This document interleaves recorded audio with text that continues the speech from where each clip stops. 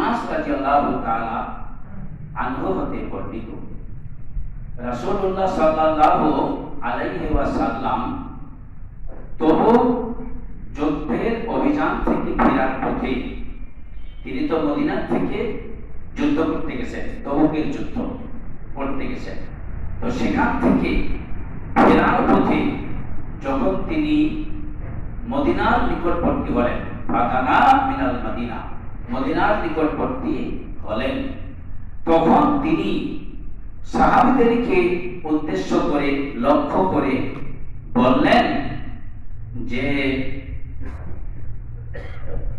মদিনায় কিছু সংখ্যক লোক রয়েছে, মানে এরা জিহাদ করতে এসেছে আর কিছু লোক মদিনায় রয়ে গেছে।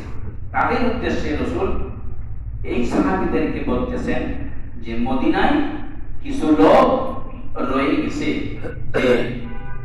সাহাবীদেরকে বলতেছে, তোমরা যে সকল ভূমি অতিক্রম করেছো বা কোন উপত্যকায় গমন করেছো, অর্থাৎ তোমরা এই জিহাদের পথে যত ভূমি অতিক্রম করেছো, যত পাহাড় অতিক্রম করেছো, ইল্লা ফীকুম মাআকুম, অর্থাৎ সর্বাবস্থায় তারা তোমাদের সঙ্গে ছিল। কারা?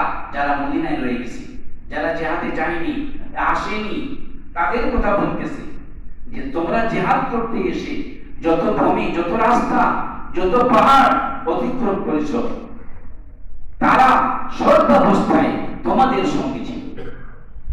কালু ইয়া রাসূলুল্লাহ, আরেকটা পর ইল্লা শারিকুকুম ফিল আজরি, অন্য রওয়ায়াতে আছে যে তারা তোমাদের সঙ্গে কি সওয়াব প্রাপ্তিতে শরীক রয়েছে, অর্থাৎ তোমরা জিহাদে এসে যে সওয়াব প্রাপ্ত হবে, আল্লাহ তাআলা তাদেরকে মদিনায় থেকে তাদেরকে সেই সওয়াব প্রদান করবেন।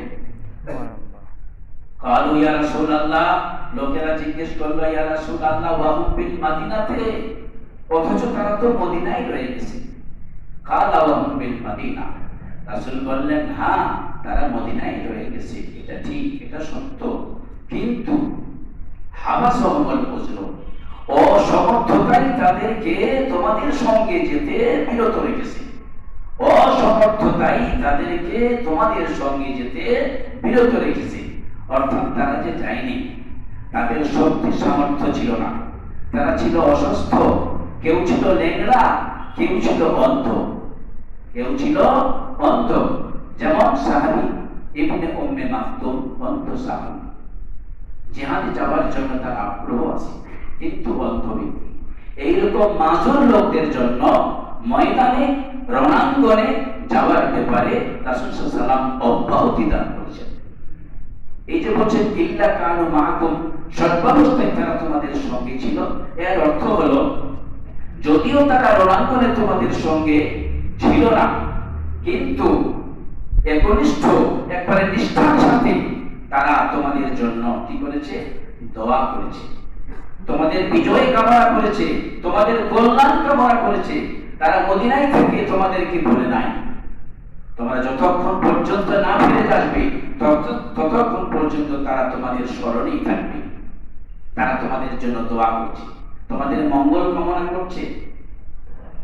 এই জন্য তারা তোমাদের যেমন সওয়াব, তাদেরও সেই অনুরূপ সওয়াব, তারা সব সময় তোমাদের সঙ্গেই ছিল। এখান থেকে বোঝানো হচ্ছে যে দল আল্লাহর পথে কাজ করে, এই দলের